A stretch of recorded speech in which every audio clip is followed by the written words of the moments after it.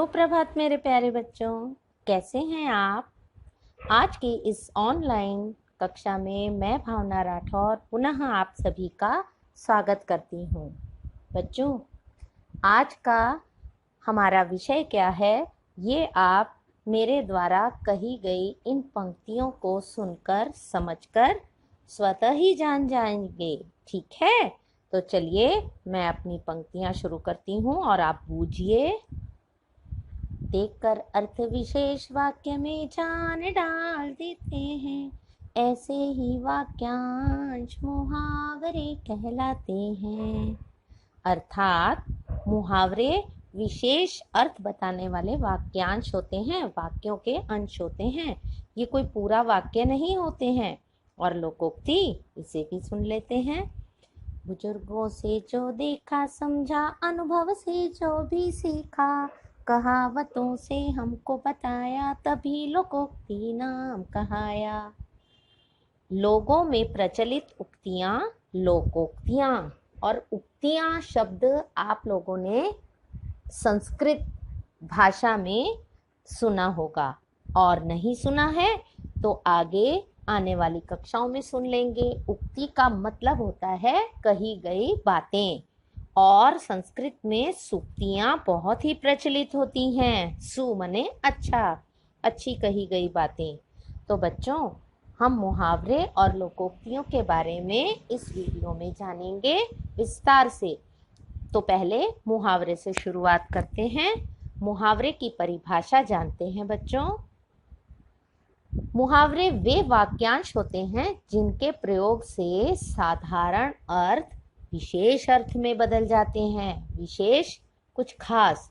जिस तरह से हम सामान्य बातें करते हैं ना बच्चों, मैं जा रहा हूँ, मुझे बाजार जाना है, वह आज रेलगाड़ी से जाएगा, ये सब साधारण वाक्य हैं। मगर मुहावरों में कही गई बातें जैसा बोली जाती हैं वही अर्थ नहीं होता है। उदाहरण के लिए देखते हैं, जैसे श्री गणेश करना। श्री गणेश, जब भी हम किसी काम को शुरू करते हैं, चाहे वह पढ़ाई हो चाहे वो बिजनेस का हो, तो हम चाहते हैं वह निर्विघ्न पूरा हो, तो हम कार्य की शुरुआत करने को ही श्री गणेश करना कहते हैं। देखा। और गुड़ गोबर करना, गुड़ गोबर करना भी एक मुहावरा है। जब किए कराए सारे काम का कुछ भी अर्थ नहीं निकलता, कुछ भी फायदा नहीं निकलता, सब खराब हो जाता है, तब हम बोलते हैं पूरा गुड़ गोबर कर दिया तुमने तो। और देखिए बच्चों, ईंट से ईंट बजाना, किसी भी बात का मुकाबला डट कर करना चाहिए, उसे ही ईंट से ईंट बजाना कहा जाता है। जो हमारे वीर और वीरांगनाओं ने अंग्रेजों से युद्ध करते समय दिया था। और आनाकानी करना, निश्चय ही ये तो बच्चों से ही संबंधित मुहावरा है, क्योंकि अक्सर बच्चे माता पिता के कहे गए काम में आनाकानी करते हैं ना बच्चों। आनाकानी यानी बहाना बनाना। चलिए आगे जाते हैं। अब मुहावरे का वाक्य में प्रयोग करते समय क्यों उपयोग करना आवश्यक है, उसका क्या महत्व है, इसे भी जानते हैं बच्चों। मुहावरे वास्तव में बात को रोचक और प्रभावशाली रूप से कहने का एक ढंग होता है। मुहावरों की रचना आसपास की वस्तुओं या प्राणियों को देखकर की जाती है।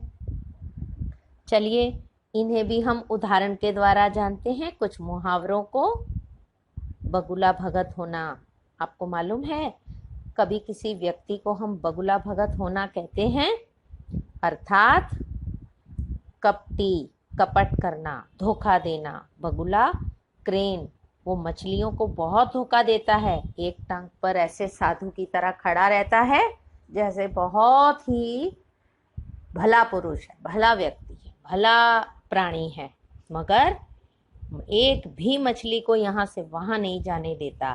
ठीक है। अगला देखिए, गागर में सागर भरना। गागर तो एक छोटा मटके के समान होता है और सागर अंतहीन होता है बच्चों। तो गागर में तो सागर नहीं समा सकती है, अथाह पानी का भंडार होता है।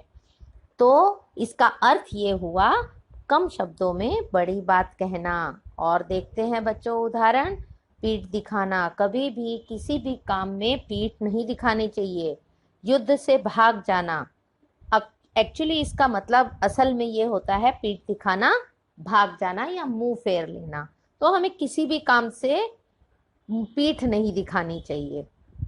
आंखें खुलना, जब हम बहुत बार अपने से बड़ों या शुभचिंतकों के कही गई बात को नहीं मानते हैं तो हमारा अहित होने पर वो हमें कहते हैं अब आंखें खुल गई।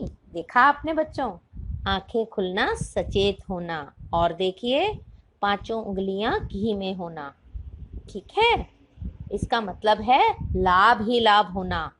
ऐसा डालडा या वनस्पति घी की बात नहीं हो रही, शुद्ध घी की बात हो रही है, जो बहुत ही लाभदायक होता है शरीर के लिए और पुष्टिवर्धक भी होता है।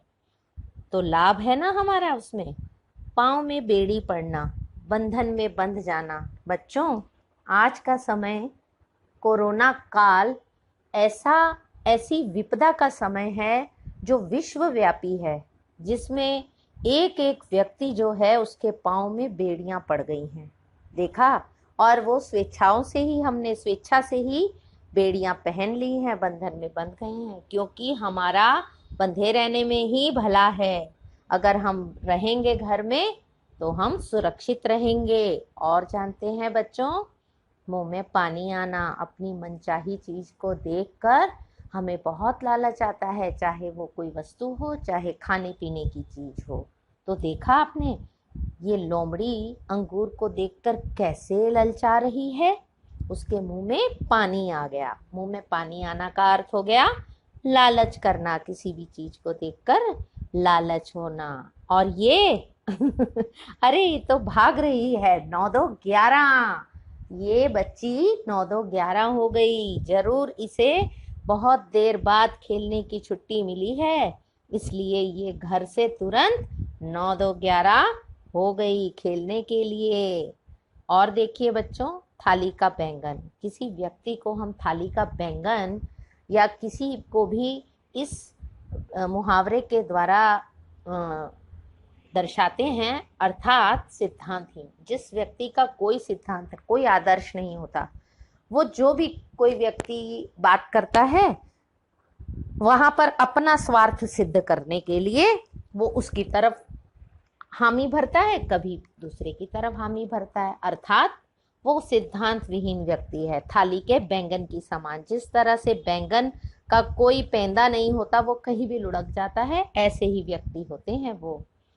चलिए बच्चों, मुहावरे तो हमने कई देख लिए, उदाहरण समेत। शेष मुहावरे आपको पुस्तक में मिलेंगे। और अगर आप अपनी जानकारी बढ़ाना चाहते हैं तो और भी बड़े अपने भाई बहनों की पुस्तकें पढ़िए। अब हम आते हैं लोकोक्तियों की तरफ। तो लोकोक्तियों की परिभाषा, समाज में प्रचलित लोगों के अनुभव पर आधारित कथन या उक्ति को लोकोक्ति कहते हैं। देखा बच्चा, ये उक्तियां बहुत ही लाभदायक हैं और हमारे बड़े बूढ़ों ने ऐसे ही नहीं बना दी हैं उन्हें। चलिए इनका भी उदाहरण देखते हैं।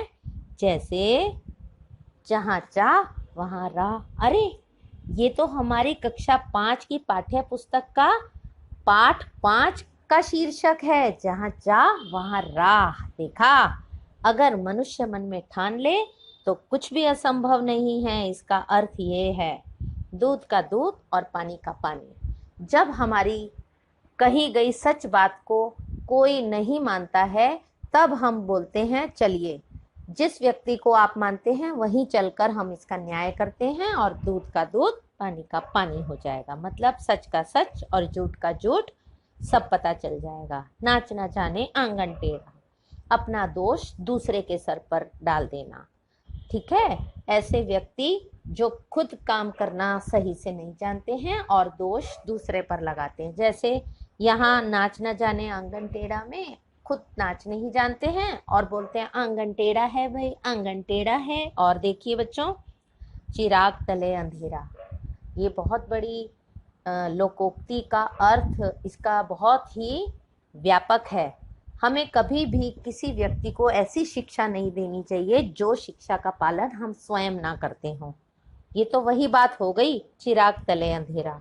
सारी दुनिया को शिक्षा देते हैं मगर स्वयं उससे बहुत दूर हैं। चलिए, अब लोकोक्ति का भी हमारे भाषा में क्या अभिप्राय है, क्या महत्व है, इसे जानते हैं। लोकोक्ति अपने आप में पूर्ण तथा स्वतंत्र होती है बच्चों। यह अपने शब्दों का दूसरा अर्थ नहीं देती है। जिस तरह मुहावरे देते हैं ना दूसरा अर्थ, उस प्रकार ये दूसरा अर्थ नहीं देती है। ये जैसा लिखा होता है वैसा ही अर्थ प्रकट करती है। लोकोक्तियों के प्रयोग में भाषा सरस, आकर्षक एवं प्रभावशाली बन जाती है। इसका भी वही प्रयोग में प्रभावशाली बनाने का ही उद्देश्य है बच्चों, मुहावरे की तरह। चलिए हम इसका भी कुछ उदाहरण देखते हैं।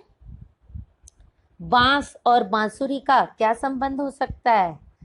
आपने ये तो सुना ही होगा अक्सर, ना रहेगा बांस ना बजेगी बांसुरी। जब भी किसी बात के लिए अड़ जाते हैं और वो युद्ध का कारण होती है तो हम बोलते हैं ना रहेगा बांस ना बजेगी बांसुरी, मतलब कारण के बिना काम ना होना। और देखिए, एक अनार 100 बीमार। एक वस्तु के लिए अनेक लोगों के द्वारा प्रयत्न किया जाता है। तो हम अगर एक ही वस्तु है और उसे कई लोग लेना चाहते हैं तो हम ये लोकोक्ति बोलते हैं, एक अनार 100 बीमार। अर्थात एक वस्तु के लिए अनेक लोगों को पाने की कोशिश करना। और देखिए, अरे भाई ये किसान तो सर पर हाथ धर लिए हैं, जरूर इनके साथ कुछ घटना हो गई है। कौन सी घटना? अब पछताए क्या होए जब चिड़िया चुग गई खेत। मतलब ये किसान आलसी रहे होंगे जिन्होंने अपना अनाज नहीं समेटा और जिसे चिड़िया खा गई। अर्थात इसका अर्थ ये निकलता है, अवसर निकल जाने पर हाथ ही मलते रह जाते हैं। अगला उदाहरण देखिए, काला अक्षर भैंस बराबर। बच्चों, अगर आप भी मन लगाकर नहीं पढ़ेंगे तो भविष्य में आप भी इस लोकोक्ति का सामना कर सकते हैं। इसीलिए अवश्य पढ़िए और बहुत अच्छे मुकाम पर पहुंचिए और बहुत बड़े इंसान बनिए। और यहाँ पर देखिए, मजदूर पहाड़ खोद रहा है और खोदते खोदते उसमें से निकली चूहिया। तो खोदा पहाड़ निकली चूहिया, ये उक्ति है लोकोक्ति। और इसका अर्थ ये निकलता है, अधिक परिश्रम करना मगर लाभ चूहिया जैसा कम प्राप्त होना। आगे देखते हैं बच्चों। अरे वाह, आम! ये तो अभी अभी गए हैं बरसात से पहले गर्मी के सीजन में, मगर ये तो आम के साथ गुठलियां भी बेच रहे हैं। तो इसका ये हुआ लोकोक्ति, आम के आम गुठलियों के दाम। आम तो हमने खाए और गुठलियों के भी दाम पाए, अर्थात दोहरा लाभ होना। और देखिए बच्चों, 5 उंगलियां बराबर नहीं होती। ये बच्चा जरूर सही बात बोल रहा है। कई एकदम क्रूर होते हैं और कई बहुत भले होते हैं। देखा, इसका अर्थ ये हुआ, सब मनुष्य समान नहीं होते हैं। और देखिए, अरे भाई ये बैल तो जरूर इस लड़के को नुकसान पहुंचा सकता है, इसने बैल को छेड़ा होगा। तो ये तो वही कहावत हो गई लोकोक्ति, आ बैल मुझे मार, अर्थात मुसीबत मोल लेना। और देखिए, ये पुलिस तो आज इस चोर को पकड़ के ले गई, ऐसा कहते हुए जैसी करनी वैसी भरनी। अर्थात कर्म के अनुसार फल जरूर मिलता है बच्चों, इसलिए हमेशा अच्छे काम करिए, अच्छे ही फल प्राप्त होंगे। बच्चों, अब हम जानते हैं मुहावरे और लोकोक्ति में क्या मुख्य अंतर होते हैं। ये अंतर स्पष्ट हो जाएगा तो हम बहुत भली प्रकार से जान पाएंगे कि मुहावरे और लोकोक्तियों में क्या अंतर होता है। मुहावरे वाक्य के अंश होते हैं, अर्थात वाक्यांश होते हैं, और लोकोक्तियां पूर्ण वाक्य होती हैं। दूसरा, इनका प्रयोग वाक्यों के बीच में कहीं भी किया जा सकता है। मुहावरे बीच में, शुरू में, अंत में कहीं भी लग सकते हैं जहां उसकी सही जगह हमें लगती है। और लोकोक्तियां ये अक्सर वाक्यों के अंत में ही लिखी जाती हैं बच्चों। तीसरा, वाक्य में प्रयोग करते समय मुहावरों के रूप में परिवर्तन होता है। जिस तरह 9 2 11 होना, ये मुहावरा है। अरे चोर 9 2 11 हो गया, चलो हम सब 9 2 11 हो जाएं। देखे बच्चे आपने, हो गया, हो जाना, हो गए, तो इसका रूप बदल सकता है। और लोकोक्ति, वाक्य प्रयोग के समय लोकोक्तियों में कोई परिवर्तन नहीं होता, क्योंकि ये स्वयं ही वाक्य होती हैं। ठीक है बच्चों, आशा है आपने इस वीडियो के द्वारा लोकोक्ति और मुहावरों के अंतर और विस्तार से उसके महत्व और उसकी आवश्यकता को समझ लिया होगा। शेष आप अपनी पुस्तक से भी जान सकते हैं और आपके घर के परिवार के बड़े लोगों से भी आप इनके बारे में जान सकते हैं। बच्चों, आपकी पुस्तक में मुहावरे और लोकोक्ति से संबंधित दिए गए अभ्यास को स्वविवेक से हल करें और जब इसके उत्तर प्राप्त हो तो मिलान करके उसमें सुधार कर लें। आज की वीडियो में इतना ही। शेष अगले वीडियो में अगले शीर्षक के साथ हम पुनः आपके सामने उपस्थित होंगे। तब तक के लिए आज्ञा दीजिए बच्चों। धन्यवाद।